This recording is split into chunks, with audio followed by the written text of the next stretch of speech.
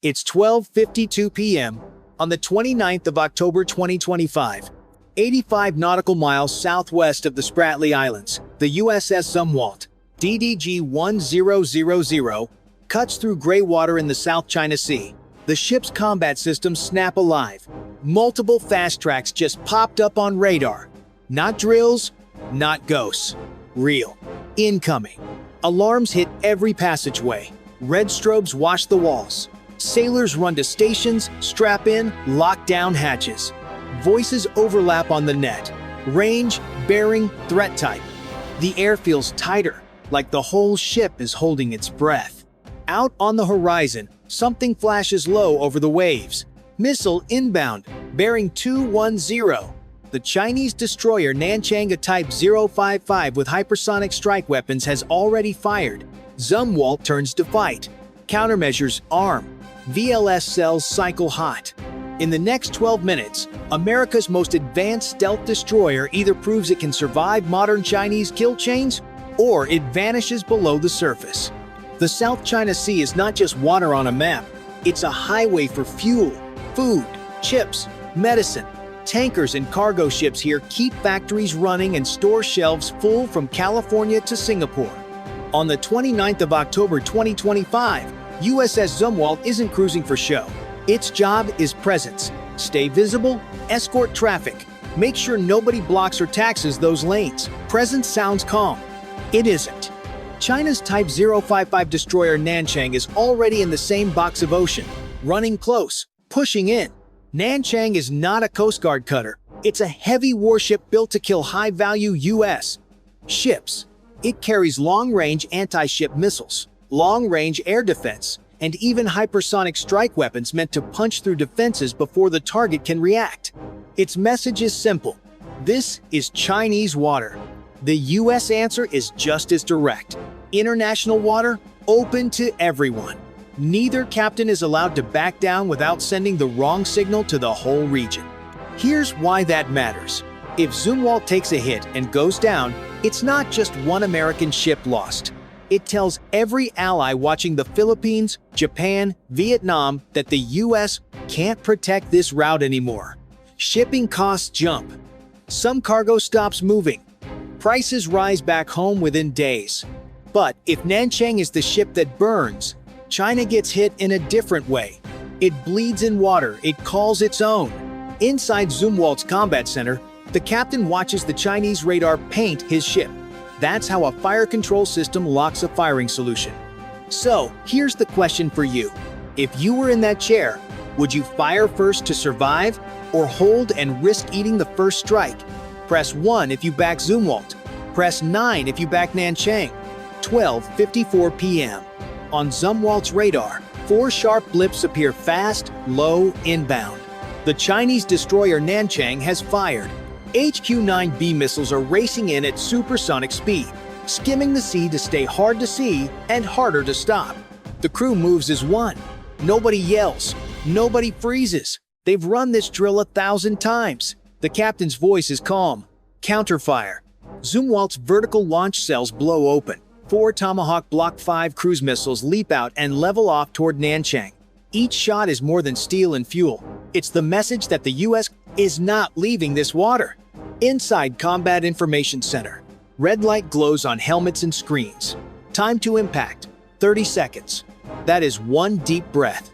The air defense officer calls, SM-6 ready. The answer is one word, fire.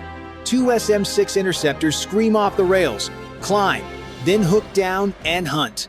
At over Mach 3, interception isn't a chase. It's an ambush in midair. Flash, hit. The first inbound dies. Second bloom, second kill. But 2 hostile tracks are still closing. Zumwalt's phalanx close-in weapon system spins up. The 20mm Gatling gun rips a line of tungsten into the sky. Tracers pour forward. Debris rains. One warhead breaks apart less than 100 yards from the bow. The blast thumps through the hull. Splash 2 inbound, the weapons officer reports. Translation, all inbound threats down. Zumwalt is still here. 12:56 p.m. 1 Tomahawk slammed into Nanchang's bow, forward of the bridge. The Chinese destroyer is burning. venting black smoke. Crew on her forward deck run through open flame trying to save their ship. No one on Zumwalt celebrates. A wounded ship can still kill you. 12:58 p.m. New alarm. Different tone. YJ-21 launch detected. Hypersonic inbound. Multiple tracks. That call changes everything. YJ-21 is China's ship killer Mach 10. Steep terminal dive. Built to snap a destroyer in half with one hit. At that speed, stealth doesn't matter. Reaction time doesn't matter. If even one connects, Zumwalt doesn't take damage. Zumwalt Ds. All stations, the captain says, voice low. Brace for hypersonic contact. This is it. Now the fight is no longer about escort duty or presents or flags. It's about staying afloat for the next minute and getting your crew home alive. The sea just got very, very small. 12:59 p.m. The sea is boiling with radar noise. The YJ-21 are coming. Mach 10. Too fast to track cleanly. Zumwalt's radar refreshes every half second. But even that feels slow now. Multiple inbound. Range 20 miles. Closing fast. The captain grips the console. Deploy decoys. Launch SM-6 Battery 2. 4 SM-6 missiles roar out from Zumwalt's deck. White spirals cut the sky, climbing and diving toward the threats. One connects blinding flash. Another breaks apart debris. 2 vanish off scope. No clear kill. No time to breathe. 10 miles and closing. Zumwalt turns hard to port. 15 degrees. The hull carves through water. Walls of spray rising high. Turning shifts the radar echo, buying seconds that feel like lifetimes. CRAM, stand by. The short-range defense, the ship's last hope, is armed. Then the sound hits. A deep rolling thunder across the sea, growing louder every heartbeat. The YJ-21 have entered final dive. Through the bridge windows, 2 orange streaks slash the clouds, dropping in. CRAM, fire! The launcher swivels and spits a swarm of interceptors. Smoke trails twist. Flash after flash blooms in front of the ship. One connects mid-air. One misses. The first YJ-21 explodes overhead. The shockwave hammering the hull and rattling teeth. The second dives lower, skipping the waves. Zumwalt CIWS cuts loose the 20mm Gatling gun, screaming like metal tearing metal. Tracer fire chews into the missile and rips it apart in a cloud of spray and shrapnel. But fragments still hit. Sparks bloom across the forward deck. Alarms scream. Smoke and seawater flood the bow. The ship shudders but stays alive. Damage control forward section, the XO yells. Fire crews rush in with foam lines, shoulders down, faces behind visors. The deck lists slightly to port. Every status light shows red. The captain steadies himself. Any more launches? Negative, comes the reply. Nanchang's gone dark. For a few seconds, there's only the sound of the sea slapping steel. Someone whispers, "We made it." No one answers. Everyone on Zumwalt knows the truth. Out here, survival is the only kind of victory, and even that can vanish in one more launch. If you were on that bridge, watching the sky burn, who would you stand with? Press 1 for Zumwalt, 9 for Nanchang. 1 p.m. The battle should be over. Smoke rises from Nanchang's bow, but Zumwalt's deck burns too. Damaged crews fight fire with foam, boots sliding on wet steel. For a moment, it feels done. It isn't. A faint radar return appears, small, low, barely there. Not a missile. Slower. Possible drone contact, the radar officer reports. The captain turns. From Nanchang? Unconfirmed, but closing. Before dying, Nanchang launched one last strike, an autonomous surface drone, loaded with explosives, running low and cold beneath radar clutter. Its signal hides inside the ship's own reflections, range 2 miles and closing fast. The CIWS can't angle low enough. Phalanx is useless near the waterline. Zumwalt's jammers scramble signals, but the drone keeps coming, driven by code and inertia. Target with 155mm AGS, the captain orders. Airburst pattern. The gun system locks, then fires. One blast. Another. Each shell detonates above the sea, shredding the surface with shockwaves. The third shot finds it. A massive plume erupts white water, fire, fragments raining down. The drone vanishes in the spray. For a moment, silence. Only the sea and the hiss of burning foam. The bridge crew exhales, shoulders heavy with relief. Then the radar beeps again. A new contact, smaller, faster, coming from the south. The captain leans forward, jaw set. That wasn't their last move. The room falls quiet. Every face turns to the screen. The first drone was a distraction. The next wave is coming. And now everyone aboard Zumwalt understands this isn't over, it's only shifting to a new kind of war. 1:03 p.m. The second drone wave moves faster, smaller signatures, tighter formation, cutting through the smoke like sharks under surf. Zumwalt's radar locks on 3 contacts, maybe more hiding in the haze. Range 1.5 miles and closing. The captain doesn't wait. CIWS and CRAM, alternating fire pattern. Engage all targets. The destroyer erupts with thunder. Twin defense systems open fire, one hammering the sky with tungsten, the other spewing intercept rockets in tight spirals. The air turns into a cage of fire and steel. 2 drones vanish in explosions. A third slips through, hugging the surface, dodging radar lock. Visual contact, dead ahead. Through the smoke, a black shape darts across the waves too close for another intercept. The captain's voice hardens. Brace for impact. The drone hits the bow with a deep, crushing boom. The hull bends, lights flicker, alarms scream. The ship lurches sideways, throwing sailors to the deck, flooding forward compartments. Seal bulkhead 5. Damage crews push through the chaos. Fire and seawater mix across the floor. Foam hisses, sparks fall from ruptured panels. Somewhere below, the ocean is clawing its way inside. But Zumwalt doesn't die. Pumps roar to life. Automatic hatches seal. Systems reroute. Slowly, the ship steadies. Flooding contained, the XO reports. Hull integrity at 60%. Outside, the South China Sea glows orange with burning oil. On the horizon, the crippled Nanchang still floats, twisted, smoking, yet refusing to sink.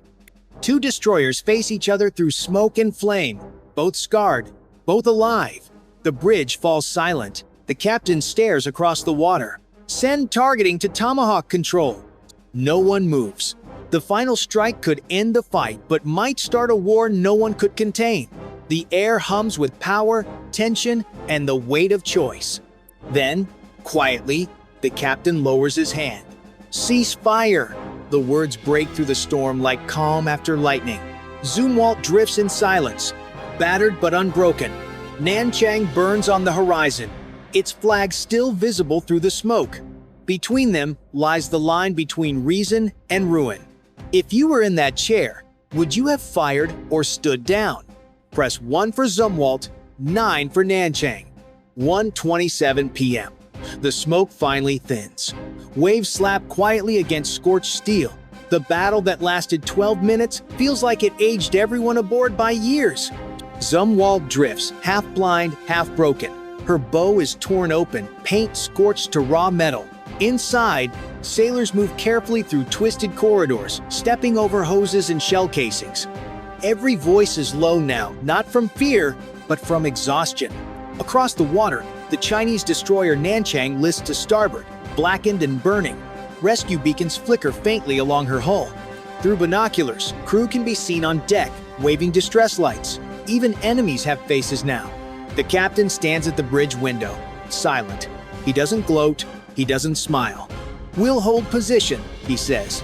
Signal for search and rescue. The order shocks no one. The fight is done. Mercy is what's left. At that moment, the sea between them feels different, not territory, but a mirror. 2 warships from rival nations, each alive only because the other chose not to fire again.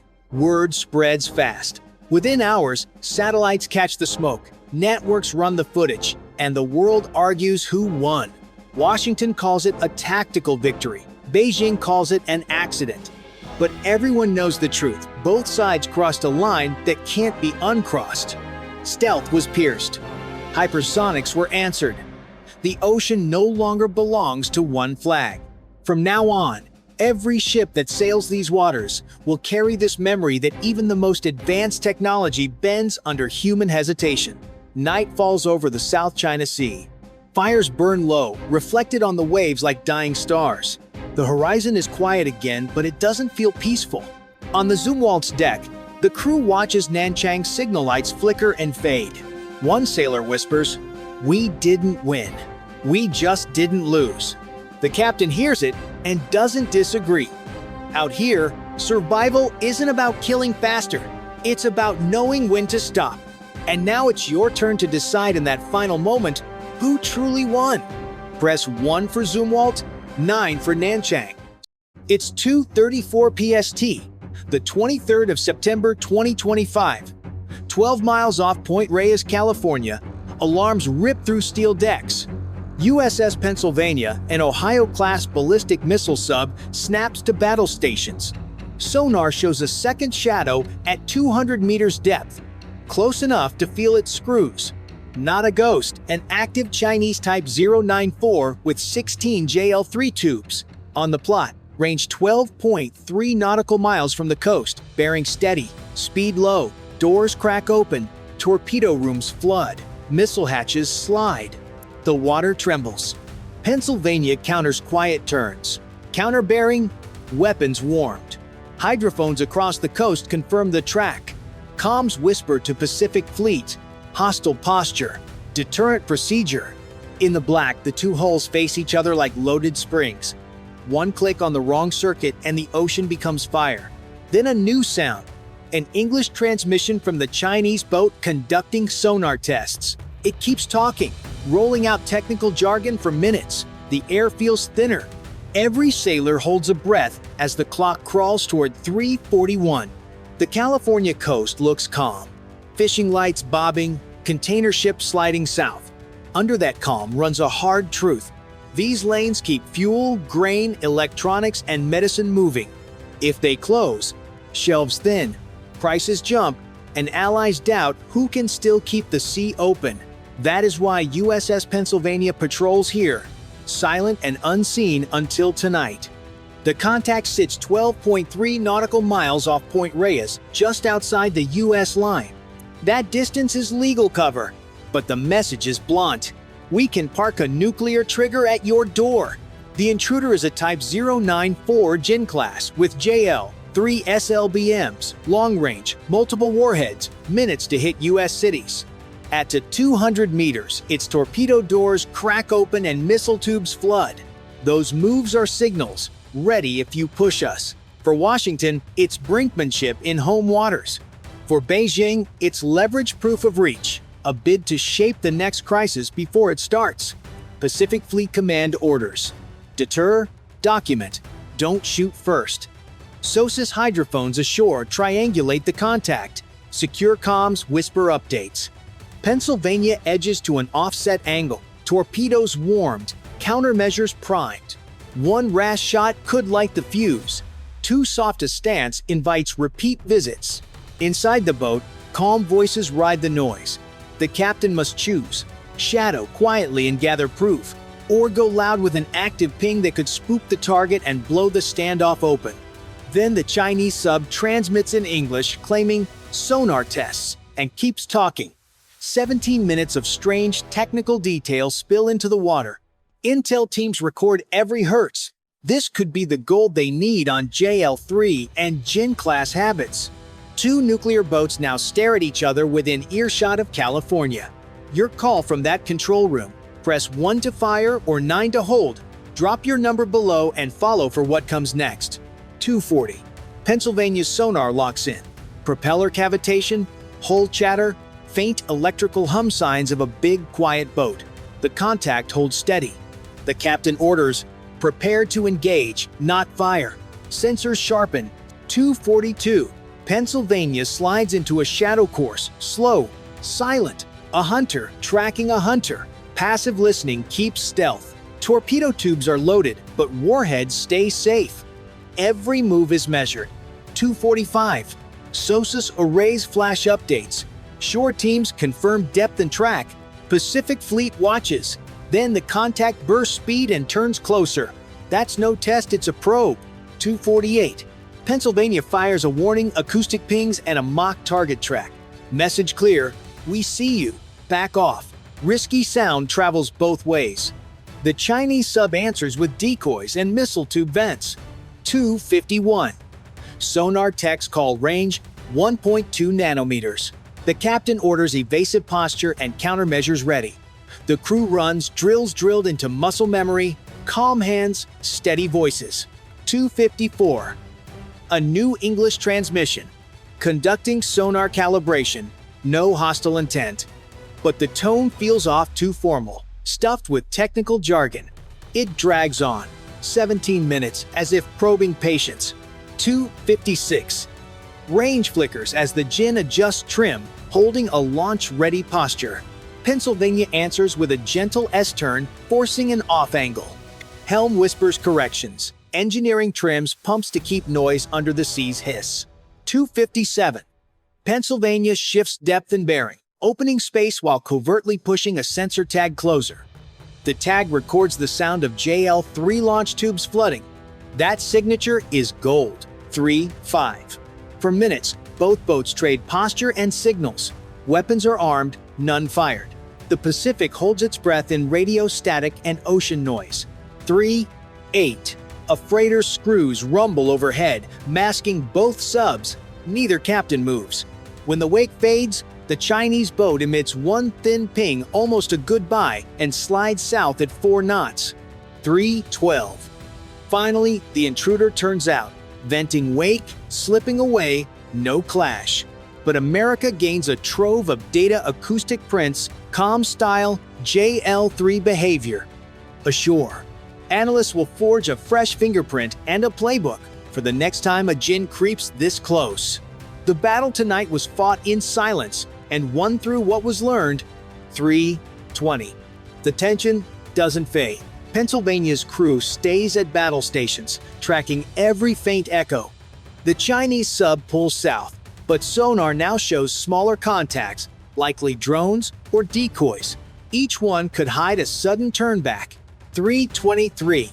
The captain orders a defensive weave. Pennsylvania shifts a few degrees, reducing her profile while keeping the intruder in reach. The move sharpens arcs for defense and keeps firing angles ready if torpedoes come. 3-27. Sonar teams filter the noise. Some returns vanish harmless bubbles. Others hold steady. The risk is clear. If one is real, it could close to lethal range in minutes. A wrong call means losing initiative. 3-31. The boats mark 48 torpedoes are primed, tubes hot, guidance aligned. The crew knows if orders come, there will be no warning. Shots, only kills. But restraint rules. Fleet command demands proof before action. 3-35. The Chinese sub reappears at 3 nanometers holding parallel course. Not retreating, pacing, shadowing like a duel. Posture, pure and raw. Each side daring the other to move first. 340. Internal comms spark.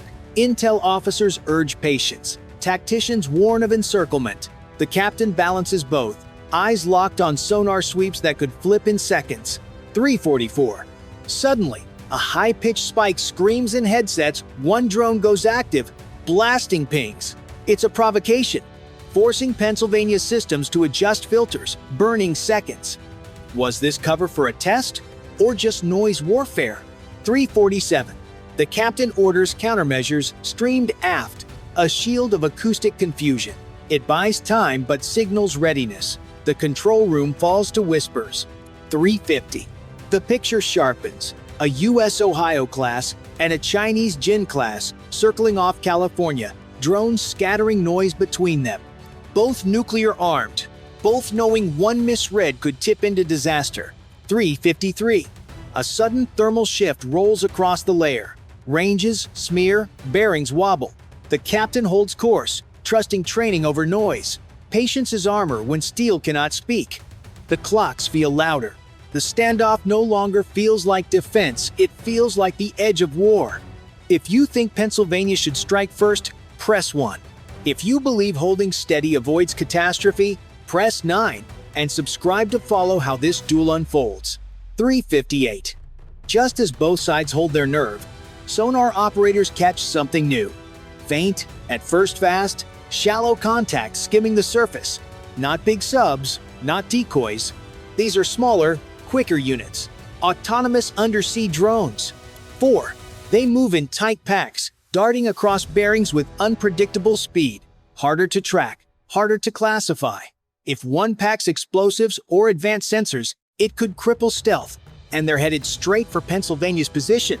4-2. The crew switches tactics. Mark 48 are too heavy for such small targets.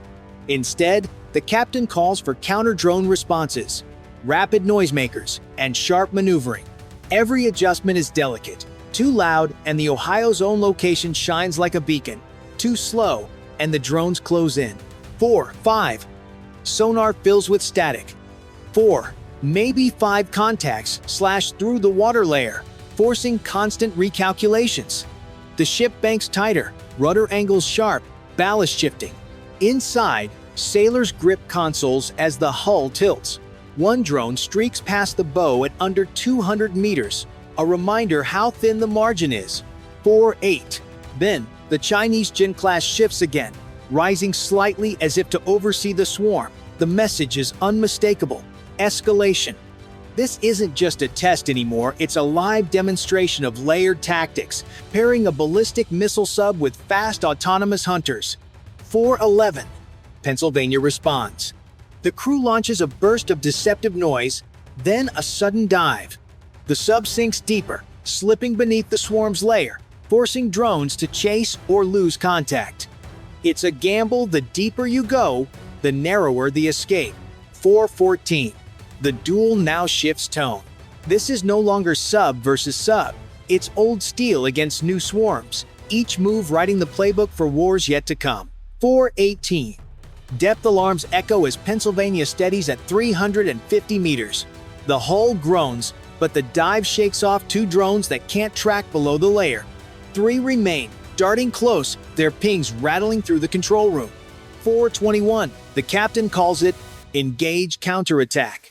Mark 48 torpedoes are not aimed at the Jin class yet, but at the swarm. One fires, streaking ahead. A violent detonation erupts, water compresses, static roars, and one drone vanishes. 2 left. 4-24. The Chinese sub reacts, surging forward. Its screws churn, loud and defiant, as if daring Pennsylvania to strike directly. Sonar screams with overlapping noise, masking intentions. Was it moving to launch, or just posturing? Nobody knows. Seconds stretch into lifetimes. 4-27. A drone slips under Pennsylvania's keel. Depth charges could be in play. The captain orders a hard turn, ballast blowing fast. The boat tilts, metal shrieks. Sailors brace against bulkheads. The drone streaks past. Too late to adjust. Narrow escape. 4:30. Countermeasures blanket the water clouds of bubbles. Bursts of false echoes. The last drone slams into the confusion, chasing ghosts. The crew seizes the chance. One more torpedo launches, shredding the contact with a muffled boom.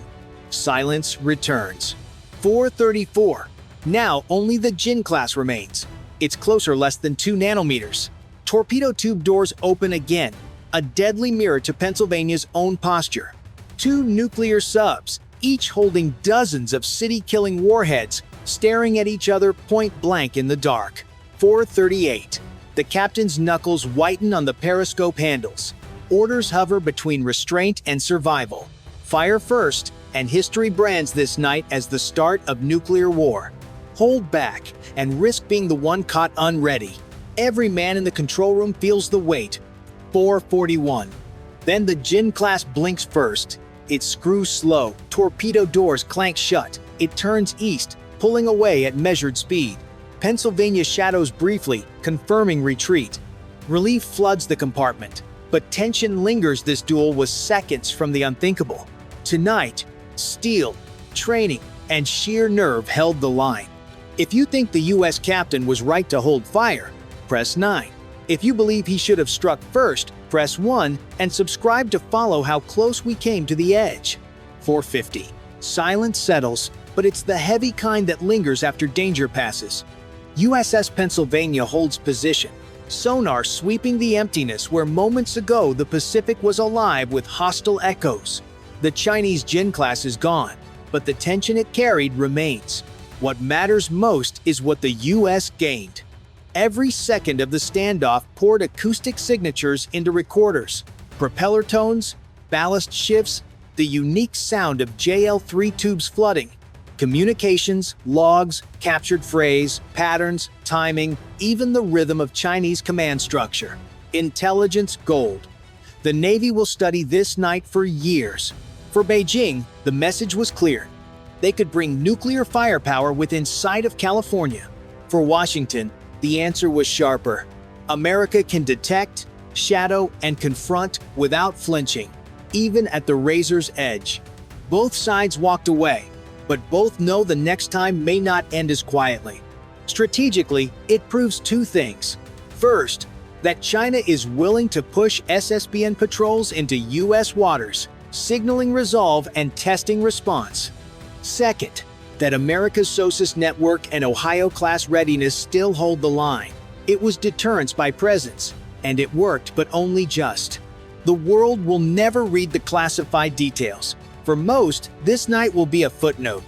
But for the men who stood in the control room, watching ranges shrink and timers tick, it was the moment they felt history leaning on their shoulders. America holds the advantage in intelligence, but the margin is thinner than it looks. Autonomous drones, close-in patrols, and deliberate provocations are rewriting undersea warfare.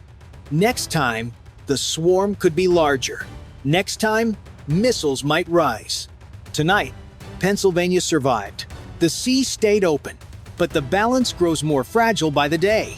If you believe the US should answer stronger next time, press 1. If you think restraint is the only way to avoid disaster, press 9. And subscribe to follow how this undersea chess match unfolds